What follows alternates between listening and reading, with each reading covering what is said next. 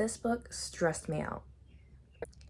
I have been a Hunger Games fan for a very long time. I wore my necklace that I bought on Amazon 2012 to prove it, and so I was very excited that another prequel was coming out this year. I'm actually uploading this on Katniss's birthday, which was totally on purpose and not because it took me forever to finish this book.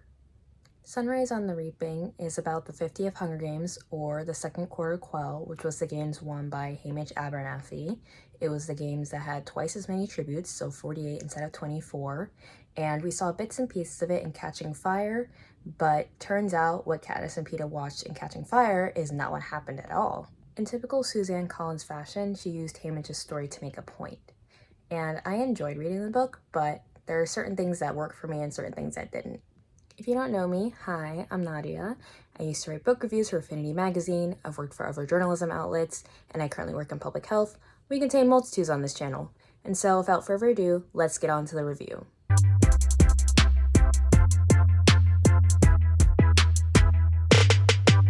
This video is kind of unofficially divided into 3 sections. The first section is what Suzanne Collins set out to do and the intended themes. The second is kind of a summary of the plot and my reactions to it and how it ties into the rest of the series. And then the last part is just me yapping about the character backstories that we got, which I was pretty excited about.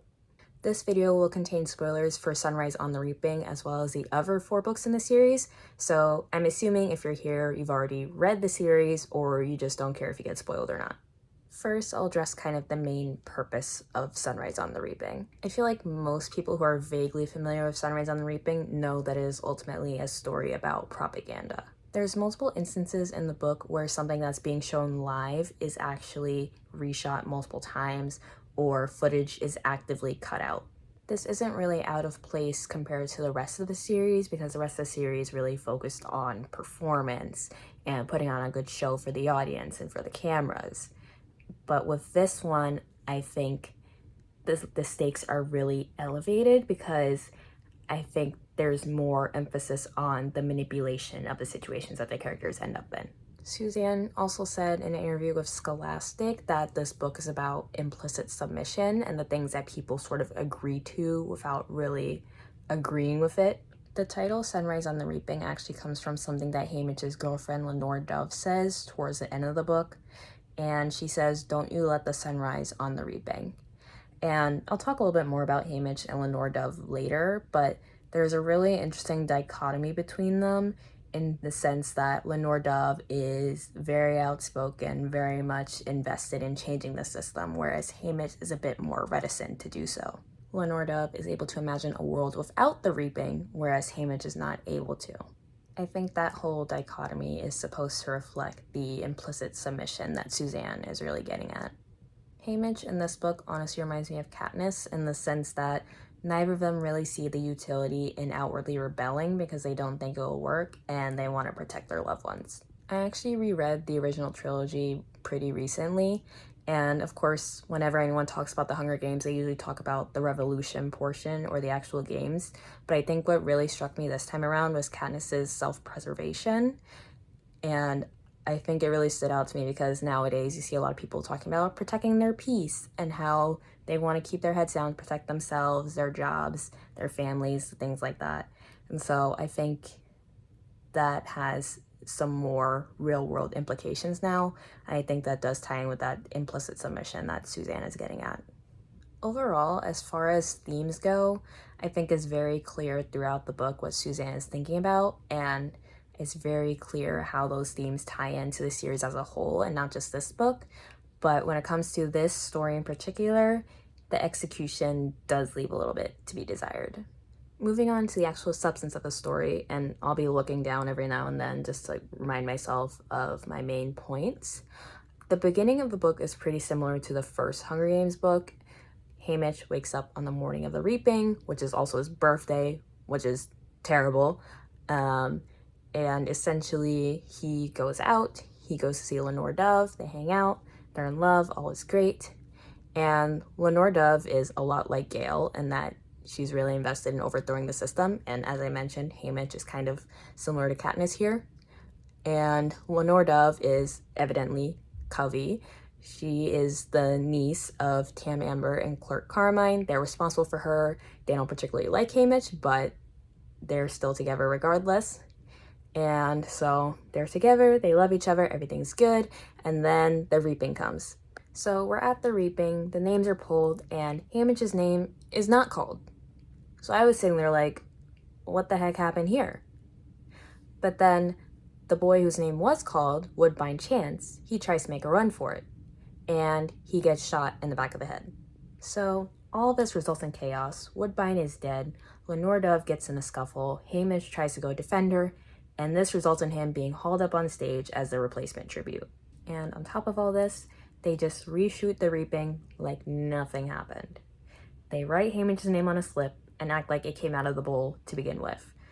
They took out the part with Woodbine being shot, they took out the crowd chaos, and it was just all wrapped up in a neat little bow. And who is facilitating all of this other than Plutarch Heavensby? While I was reading, I literally was writing notes in my notes app on my phone, and when Plutarch showed up, I wrote, "Once again, Suzanne makes me question how old these characters are, because why is Plutarch here?" And that's not the first time that happened with this book, because Wirus, Mags, and Beatty also showed up. We know Mags is an early victor of like the 11th games or something. Wirus in this book is confirmed to have won the 49th games, so she can't be much older than 19. But Beatty is much older, which we'll come back to Beatty in a second.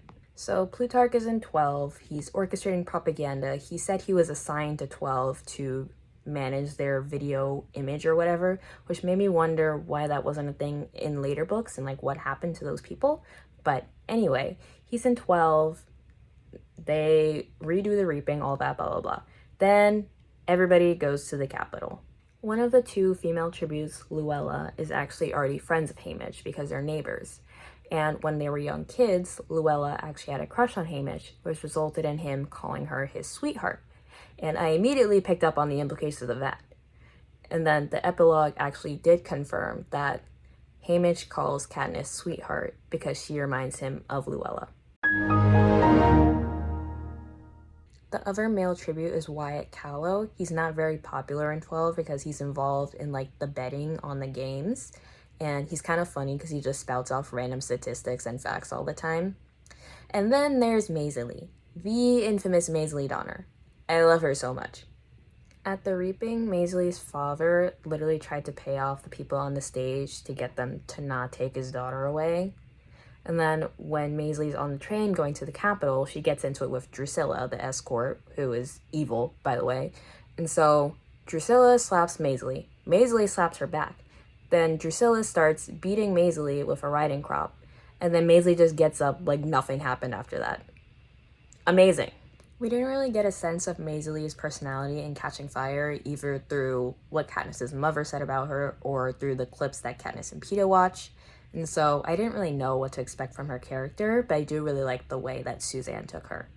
Maysilee is definitely a lot meaner than Peeta, but she's kind of similar to Peeta in the sense that they both care about keeping their own identity and keeping their dignity in the games. In the training center, there's a scene where haymitch kind of makes a dig at Maysilee and how her and her twin sister Marilee used to always wear matching outfits all the time. And Maysilee responds about how her mother liked matching outfits, not her. And haymitch and also the reader realize then that Maysilee wants to be an individual and she really wants to be herself when she passes away. And the mentors, who are Mags and Wirus, they ask the tributes what they ultimately want out of the games. And Maysilee says that she doesn't want to go down begging or crying. She wants to have dignity when she dies. Her character is pretty fascinating to me because it's established that she's wealthy. She kind of looks down on the other people in District 12. But at the same time, she's very outwardly critical of the Capitol. And so I just kind of wonder about her mindset, whether it's a sense of like believing like, this is not fair, my family did everything we were supposed to, why are we still being treated like this? Or if it's just a genuine situation of like her realizing me having higher stature in District 12 doesn't mean much in the grand scheme of things. But I don't know, we don't really see into her head that much. And I don't think her personality changed that much over the course of the book, or at least haymitch didn't note any significant changes. Anyway, we get to the Capitol and we immediately go into the opening parade. The Capitol crowd is really rowdy. Someone fires off a firework at the chariots crash, and Louella is thrown from a chariot and dies. I was honestly surprised that Suzanne decided to have another tribute die before the games, like in the Ballad of Songbirds and Snakes. And I was sitting there wondering, like, are they just going to go forward with 47 tributes? Because in the 10th games, they went forward without the total 24 tributes. But we'll come back to that later. The peacekeepers go to collect Louella's body, and Haymitch decides to just take Louella and run. So he gets back on the chariot with Louella, he's carrying her. They go to the front of the parade under President Snow's balcony, and Haymitch decides to just show Louella's body to President Snow and just start clapping. It's a bold strategy, Cotton. Let's see if it pays off for him. Parade ends. Haymitch meets a tribute from District 3 named Ampert, and they're talking, they're getting to know each other, and at one point Ampert mentions that he would like to tell his dad something, or his dad would like something or whatever, and Haymitch just kind of brushes it off, being like, oh, that kid's never going to see his dad again, whatever. But then it turns out Ampert's father is Beatty. Remember earlier when I said Beatty is much older than Wirus? He's clearly old enough to have a 12-year-old reaping age child. Towards the end of the book, it's also mentioned that Beatty has a wife and other children as well. So I was sitting there thinking, like, did Beatty have a family in District 13 and I just forgot? Or did something happen to them after the 50th games? Because at the end, it didn't seem like they were in any immediate danger, but of course, something could have happened anyway. But either way, I was just like, huh? Now that I've mentioned Beatty, I want to talk about something that kind of bothered me throughout the book for a reason I can't quite put my finger on, and it's the fact that so many characters just talk openly about rebellion. In the original trilogy, it's very clear that talking about rebellion is a no-no, it'll get you into trouble, Katniss avoids it because of the consequences, and even in the Ballad of Songbirds and Snakes, it's clear that talking about things like that will result in swift consequences, as we saw with Sejanus. But in Summaries on the Reaping, it feels like people talk about it a lot more loosely than you would think they would. Because after the parade, Mags and Wirus ask the tributes what they want, as I mentioned earlier with Maysilee. And Haymitch doesn't want his family to see him die horribly. Wyatt wants something similar. Da-da-da-da-da. I've alluded to this. But then Haymitch also says that he ultimately wants to end the Hunger Games. And instead of shutting it down, Mags and Wirus really fuel the conversation further, and Maysilee starts talking, and even Haymitch is like, oh, guess Maysilee doesn't care about the cameras because she openly insults the Capitol. And it's just like, nobody cares about any consequences. Then when Haymitch eventually meets Beatty at the training center, Beatty immediately tells him that Ampert was reaped as a punishment to him, and the Capitol didn't just kill him because Beatty was too valuable to the Capitol. And so that left me with 3 questions, which, number 1, why is Beatty too valuable to kill? Number 2, why is Beatty telling Haymitch this on their very first meeting? And number 3, like, why are they having this conversation in public? In Catching Fire, I think Beatty gave Katniss valuable information in the training center, but it was kind of veiled. Like, he didn't just come outright and say it. And you can argue that that's justified by the rebels not telling Katniss anything directly because they didn't know what she would do with that information, but Beatty doesn't know Haymitch at this point either, so I don't understand why he volunteered that information. And later on, Beatty, while still in the training center, Beatty ropes Haymitch into a plot to destroy the arena. And Haymitch knows that this is not good because later on when he meets with Plutarch, he worries that Plutarch knew what they talked about in the training center. So it's like everyone knows this is a bad idea, but they keep doing it. It's definitely possible that the rebels have learned to be more discreet over the years, but you would think Beatty would learn to be discreet in the 50th games, after they reaped his son, and he wouldn't send his child and another teenager into a rebel plot. I honestly had this thought process a lot, where I encountered something that didn't make sense in Sunrise in relation to the original trilogy, and I kind of tried to make it make sense. Like with the 50th reaping, for example, I questioned why Katniss had never heard anything about the circumstances of that reaping. There was Plutarch's propaganda, for sure, and then also the fact that most people at the reaping who could have told Katniss anything wouldn't have, because Haymitch wasn't trying to remember it, and Katniss explicitly said that she didn't want to ask him. Her mother was not a reliable narrator. Her father is dead. Even though she's friends with Madge, who is Marilee's daughter, she doesn't talk to Marilee, so she's not going to know. And so maybe there wasn't an avenue for Katniss to find out. But at the same time, I'm wondering, like, did no one gossip at the Hob or anything? Did everybody just collectively forget that this happened? And then forget Katniss. Peeta's father was there too. He literally got Woodbine's blood on him. And yet there's no sign of Peeta knowing anything about this either. So yeah, that was all kind of perplexing to me. But anyways, back to the main storyline. The tributes are training. The non-careers have formed an alliance called the Newcomers. And the careers and District 5 have all sort of grouped up together. And there's a moment where Haymitch is training and he's attacked by the District 1 tribute Panache. And everyone grabs their weapons, they're about to fight each other, and then all of a sudden all the tributes start thinking about attacking the game makers who are in front of them. And that kind of aligns with what I was saying about everyone just kind of being openly rebellious. And it's not the first time that the tributes consider going after game makers either, because during the actual games, Maysilee and Magritte from District 4 actually attack and kill some game makers who come into the arena. And Maysilee actually gets mad at Haymitch for not assisting in attacking the game makers. And I thought that was a little bit much. I guess that was kind of meant to show the implicit submission tug of war that Haymitch is sort of confronting, but I don't know, it just kind of feels like a lot. And then there's also the fact that Maysilee's death from the bird mutts is implied to be punishment for her killing the game makers rather than a random death. And I know a lot of like Hunger Games fans have been complaining about the prequels and how they kind of make things feel preordained or that things happen for a reason rather than being random tragedies in the way that the original trilogy were.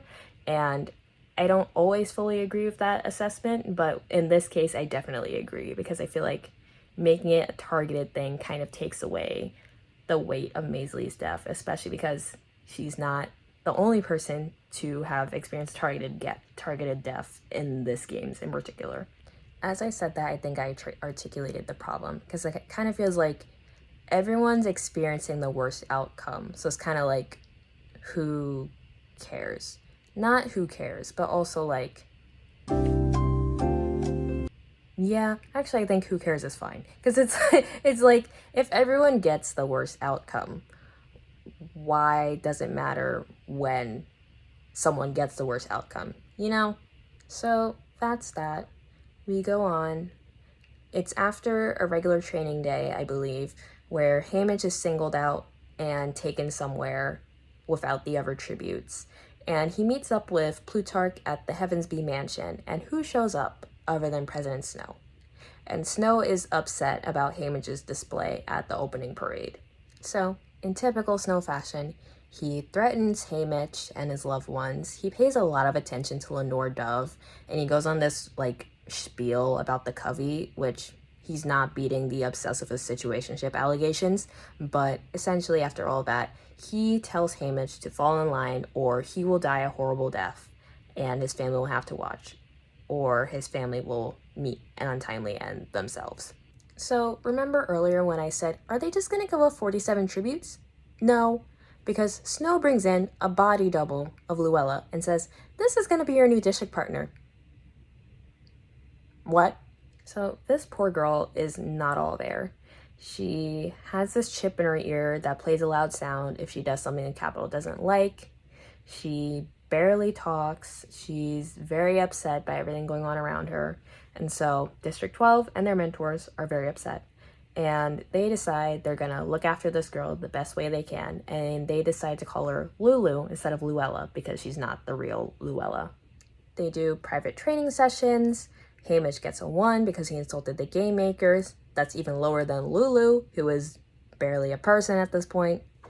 And then we go on to interviews, but before the interviews, Plutarch manages to arrange a phone call between Haymitch and Lenore Dove, who has been arrested for disturbing the peace. And honestly, the whole phone call before the games just reminds me of that leaked script of the first movie where Gale breaks into the Capitol to talk to Katniss. I hope people know what I'm talking about, but that just kind of gives the same vibes because why is this happening? Why is this allowed to happen? But anyway, so that happens. Lenore Dove has been arrested, and she's also been arrested multiple times in the past, so this is like a genuine concern for her safety. And so Haymitch is worried, he's upset, but ultimately he can't do anything. She says she's getting out soon. Okay, they say goodbye, and then they just go about their business. Finally, the games start. Haymitch goes about his plan to destroy the arena, and he thinks it's going to work, but then it doesn't. And then Ampert dies a horrible death, and Haymitch feels bad about it because he promised Beetee that he would protect Ampert, but honestly, I feel like Beetee should have expected this to happen. I'm actually kind of annoyed at Beetee now that I think about it, because he sent his kid to execute this plot, and now he's dead. But anyway, their plot fails, and Haymitch kind of regrets getting involved at this point because it didn't work, and this and that. And his thought process honestly reminded me of Katniss again, particularly her thought process in Mockingjay and how she felt like she was being used as a toy. And honestly, I think it kind of is the same situation because, I mean, it's basically the same thing, destroying the arena. It's the same people involved. The games continue, and Haymitch reunites with Maysilee. We all know how that went. And then I should also mention that for Beetee's plot, he kind of smuggled explosives into the arena with Ampert and the District 9 tributes, who apparently didn't even know they had explosives, which is crazy. So, once again, leaving people out of the loop, but whatever. And so, Haymitch still has some of the explosives after Maysilee dies. And so, Haymitch is fighting Silka, the girl from District 1. He runs to the cliff, as we know. And then she throws the axe ricochets, she dies, Haymitch is the winner. But what we didn't see is that Haymitch set off the last of the explosives after he's declared the victor. And so what Katniss and Peeta thought Haymitch was punished for, which is using the force field to win, is not what he was punished for. He was punished for blowing up the entire arena. And I don't know how I feel about that. I can't say I know what's in Suzanne Collins' head because I don't. I went back and reread the part in Catching Fire where Katniss and Peeta are watching the recording of the 50th games, and Katniss does notice that Haymitch is set on going in a specific direction, which would align with Haymitch trying to travel north to execute Beetee's plan and also find the generator at the edge of the arena. So maybe Suzanne planned all along for things to happen this way. Maybe what Katniss and Peeta saw was never what was supposed to happen, but it feels like it came out of nowhere as a fan. So, Haymitch wins, as we know, and he spends a bunch of time in the Capitol. There's a scene where he's watching TV, and he actually sees a clip of Lucy Gray with President Snow. And I'm just sitting there like, why is he seeing this? The 10th games was supposed to be erased from public memory. How is Haymitch managing to see this now? In his interview with Caesar after winning, the crowd eggs Haymitch on to show the scar that he got from when Silka literally disemboweled him. And my first thought was not something coherent or even related to Haymitch, but it was about Hannibal. In particular, Haymitch showing off his scar reminded me of Will Graham showing his scar to Chio, unprompted, of when Hannibal stabbed him. Different context, obviously, because Will is trying to convey the impact that Hannibal had on him, whereas Haymitch is really being treated as a spectacle, but I think they're both similar in that kind of vulnerability. There's also the fact that Will says that he was left with a smile, and Haymitch also refers to his stomach scar as a smile, so I thought that was kind of an interesting coincidence. This isn't even the first time I've drawn a connection between the Hunger Games and Hannibal, actually, because specifically I'm thinking of the Ballad of Songbirds and Snakes. The scene where Snow is arguing that Dr. Gall intentionally endangered him so that he would kill Bobbin, and Dr. Gall is like, no, that was all you, playa.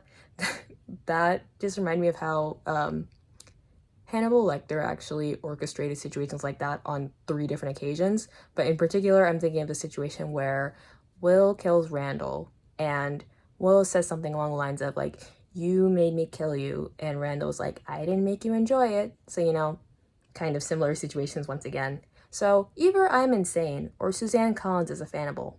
Who knows?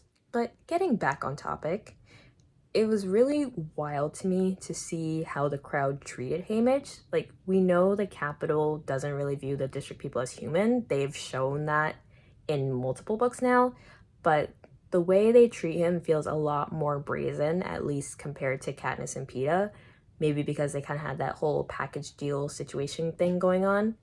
And even then, I feel like the way the crowds were behaving and the way the Capitalites were behaving in the 50th games feels closer to the 10th than the 74th or the 75th. Like, I kind of wondered how etiquette changed around the games over the years because it feels like very jarring. Haymitch goes home to 12. He gets off at the train station. Train station is empty. There's no one to be found. And then he sees fire in the distance.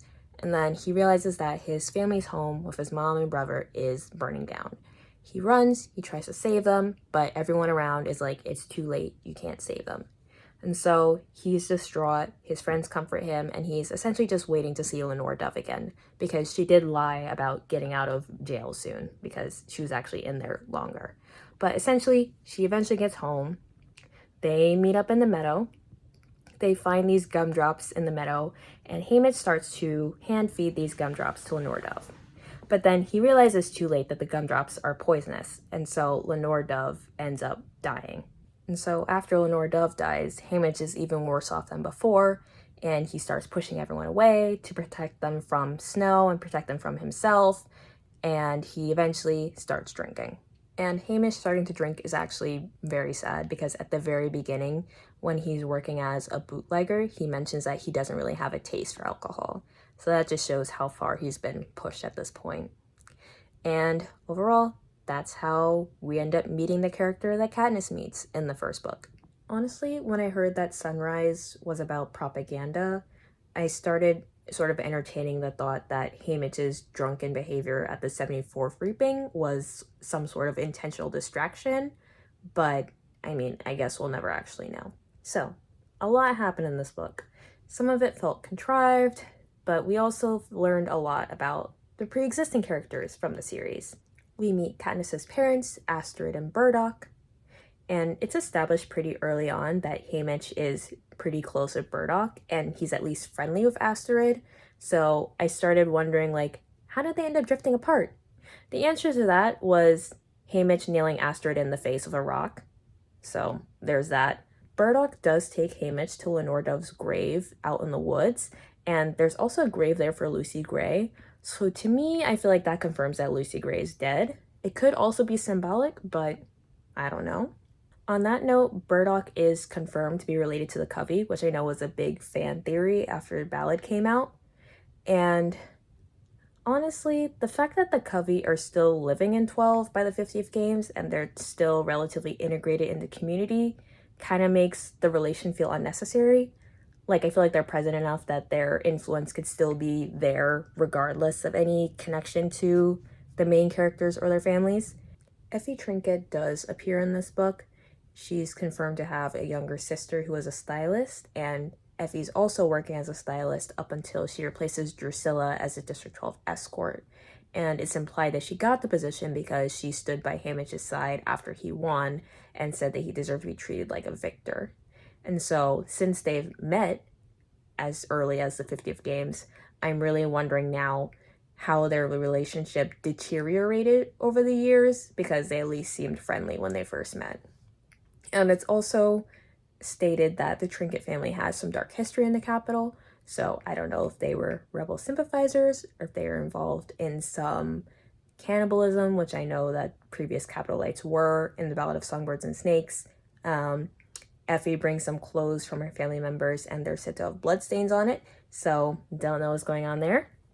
But yeah, I also was not expecting Katniss and Peeta to show up in the epilogue. That was a pleasant surprise. And then just seeing Haymitch open up to them and seeing him talk about how he doesn't think he's going to live much longer, and seeing Katniss and Peeta bring him goose eggs to raise because Lenore Dove liked geese was just all very touching. I said a lot more in this video than I thought I would, and honestly, I still have more that I want to say, particularly about how Suzanne Collins uses romance in this series, but I think I need to marinate on that a little bit more. But overall, my main takeaway is that some aspects of this book worked really well, and others felt too dramatic or contradictory to the original series. But that is all for this video. I'm definitely excited to see the Sunrise on the Reaping film next year.